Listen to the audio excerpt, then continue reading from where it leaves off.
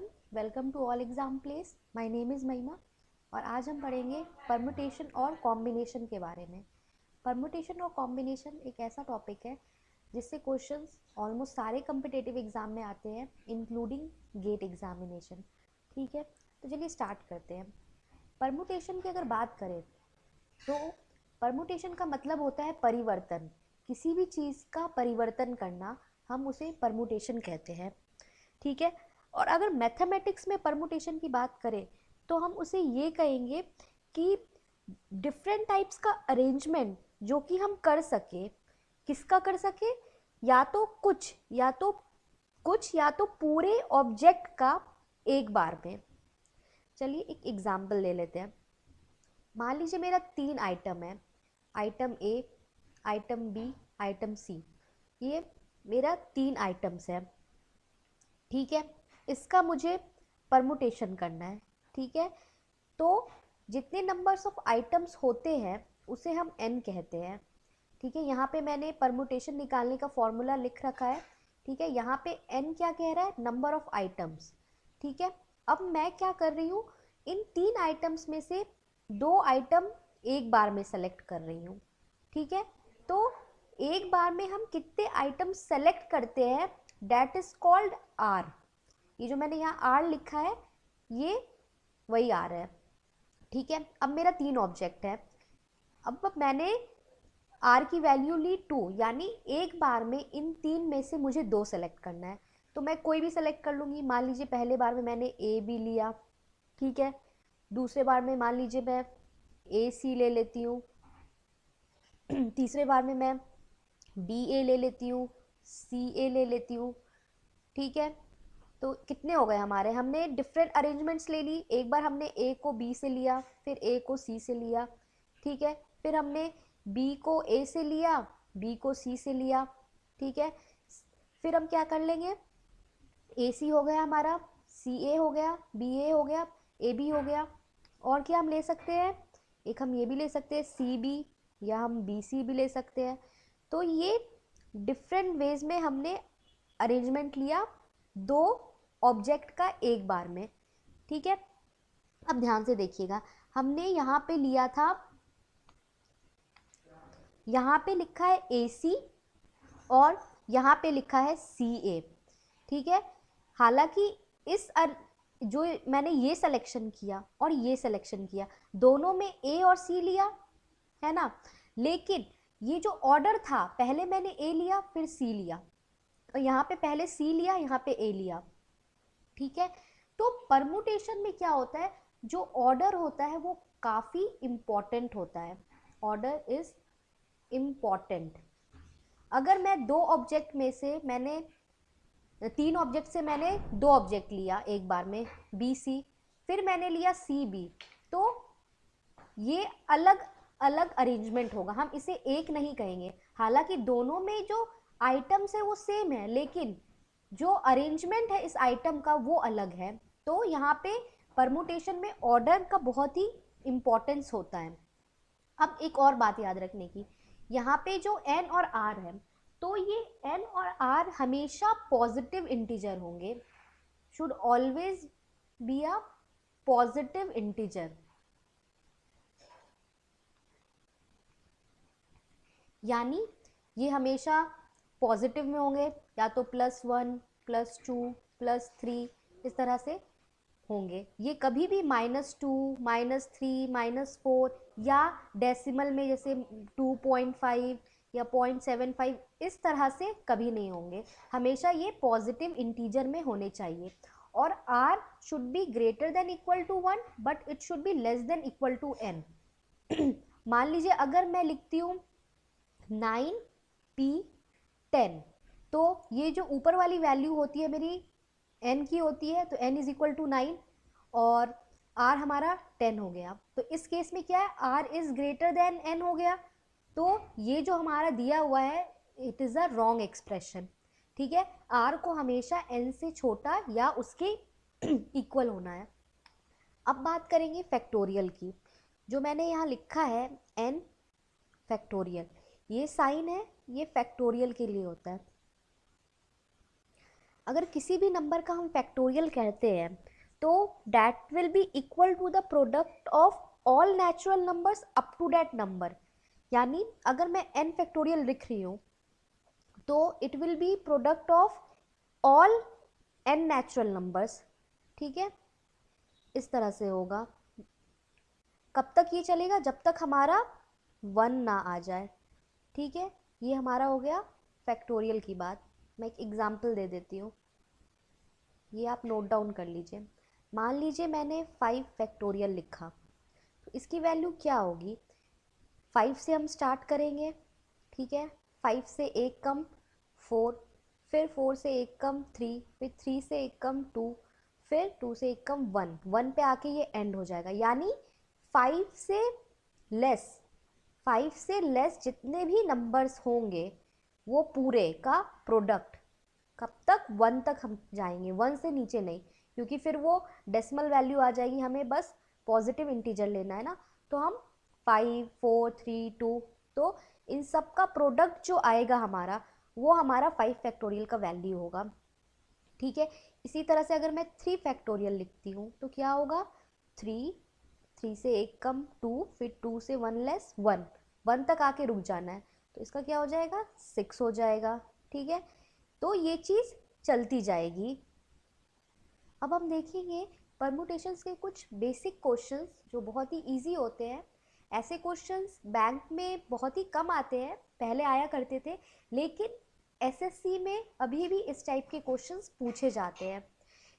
तो चलिए देखते हैं। सबसे पहला क्वेश्चन कहा जा रहा है, find the value of 5p2। यहाँ पे p यानी परमुटेशन की बात हो रही है। ठीक है, तो देखेंगे, और हमें 4 ऑप्शंस दिए रहते हैं, तो इसे सॉल्व कैसे करना है। परमुटेशन निकालने का फॉर्मूला क्या होता है? n p r is equal to n factorial by divided by n minus r factorial. इस क्वेश्चन में बस ये फॉर्मूला अप्लाई कर देना है। यहाँ पे हमारा दिया है 5p2, तो यानी n की वैल्यू क्या है? 5, r की वैल्यू क्या है? 2। तो हम क्या करेंगे? इसे 5p2 लिख लेंगे, ऊपर n यानी 5, तो 5 फैक्टोरियल लिख लेंगे। नीचे क्या है? n माइनस r यानी 5 माइनस 2 करेंगे, क्या आ जाएगा? 3 फैक्टोरियल। अब मैंने बताया था 5 फैक्टोरियल को कैसे लिखना है। 5 से 1 कम 4, फिर 4 से 1 कम 3 2, जब तक 1 ना आ जाए। फिर सिमिलरली 3 को हम क्या करेंगे? 3 इंटू 2 इंटू 1। ठीक है, अब इसे सॉल्व करेंगे, तो ये 3 2 1 कैंसिल आउट हो जाएगा, ये 3 2 1 कैंसिल आउट हो जाएगा, तो आंसर हो जाएगा 20। अब यहाँ ध्यान दीजिएगा, ये मैंने ये सारे फैक्टोरियल्स की वैल्यू लिखी, फिर उसे कैंसिल किया। हम इसे शॉर्ट में भी कर सकते हैं। अब देखना है हमें डिवीजन में हमारा क्या है नीचे? 3 फैक्टोरियल, तो हम 5 फैक्टोरियल को इस तरह से भी लिख सकते हैं। मान लीजिए हमने 5 लिखा, 4 लिखा, उसके बाद हमने 3 फैक्टोरियल को ऐसे ही लिख दिया।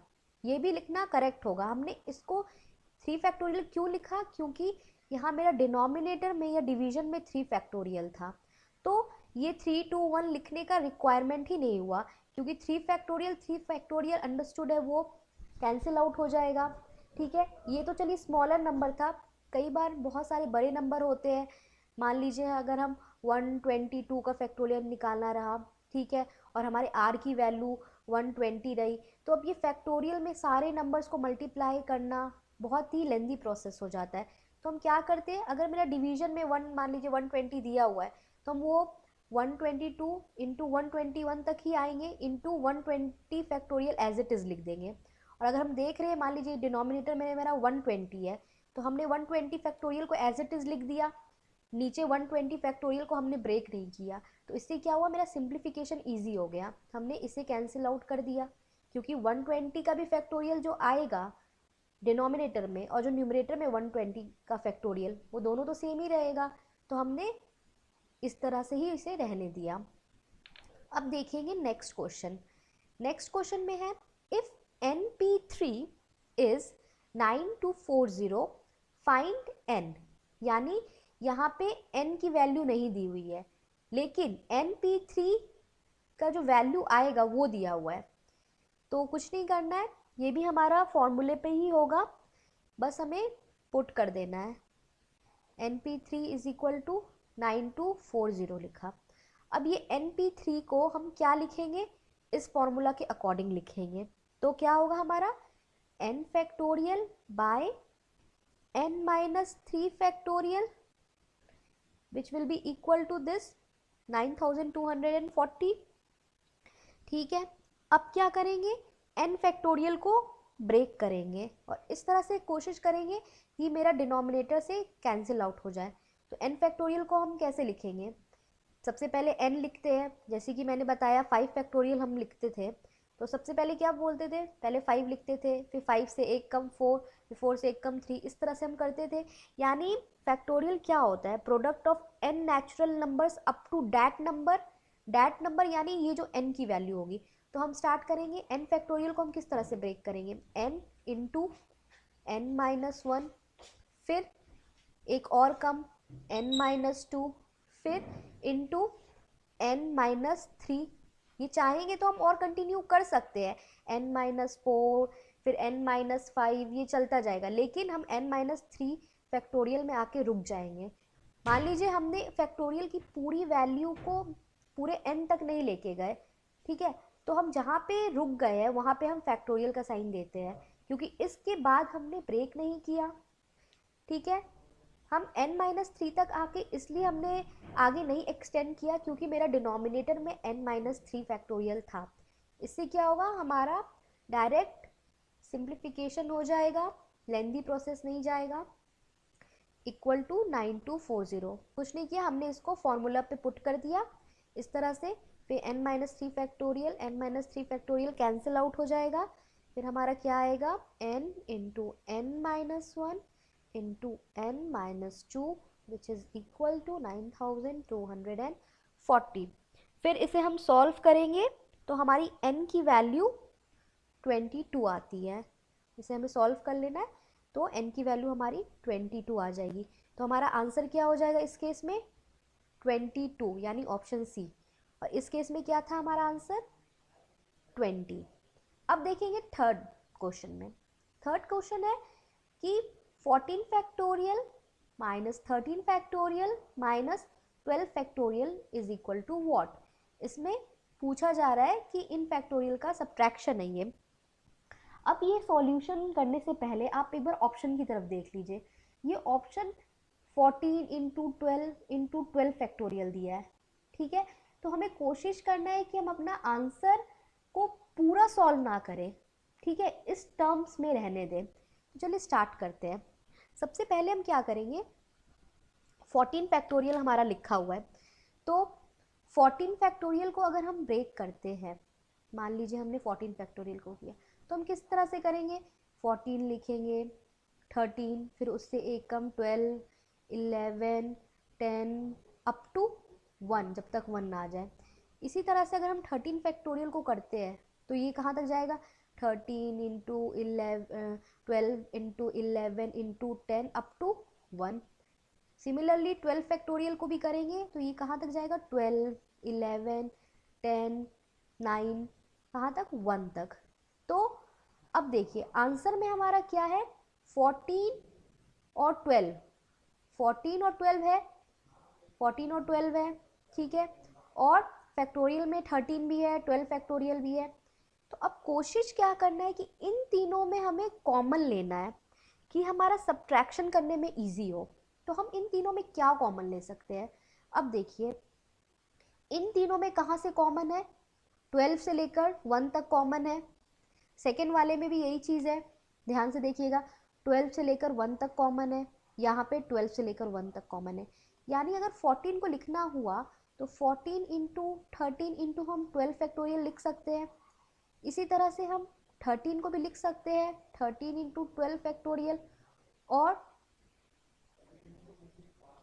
12 फैक्टोरियल को एज इट इज़ 12 फैक्टोरियल लिख देंगे, तो इन तीनों में मेरा 12 फैक्टोरियल तो कॉमन आ जाएगा, ठीक है। तो करना क्या है, इन सब में कॉमन मेरा हो गया 12 फैक्टोरियल।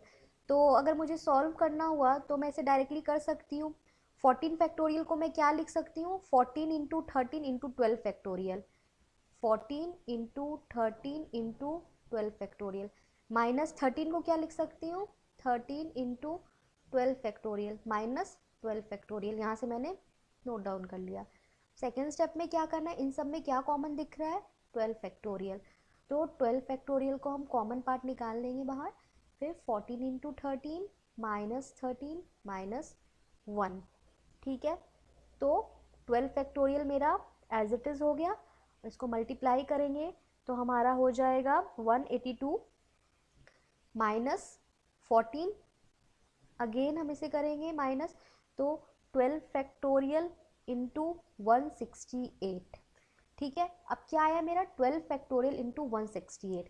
अब ऑप्शन में देखना है कि 12 फैक्टोरियल तो मेरा होना ही चाहिए, तो किस ऑप्शन में मेरा 12 फैक्टोरियल हो रहा है, ये एक ऑप्शन ए है और दूसरा है ऑप्शन डी, और बाकी बी और सी में तो 13 फैक्टोरियल लिखा है, तो ये तो हो नहीं सकता। अब देखना है क्या 14 इंटू 12 होगा या 13 इंटू 12 होगा, तो वो आप मल्टीप्लाई करके देख लीजिए। अगर मैं 13 इंटू 12 करती हूँ, मेरा 168 हो गया, तो मेरा कौन सा हो जाएगा, डी आंसर हो जाएगा। और अगर मैं 14 इंटू 12 करती हूँ और मेरा 168 हो जाता है, तो मेरा ए आंसर हो जाएगा। 14 इंटू 12 इज इक्वल टू 168 होता है, ना कि 13 इंटू 12। तो मेरा कौन सा हो जाएगा ऑप्शन, 14 इंटू 12 इंटू 12 फैक्टोरियल, क्योंकि हम इसको लिख सकते हैं 168 को 14 इंटू 12, बात तो एक ही होगी।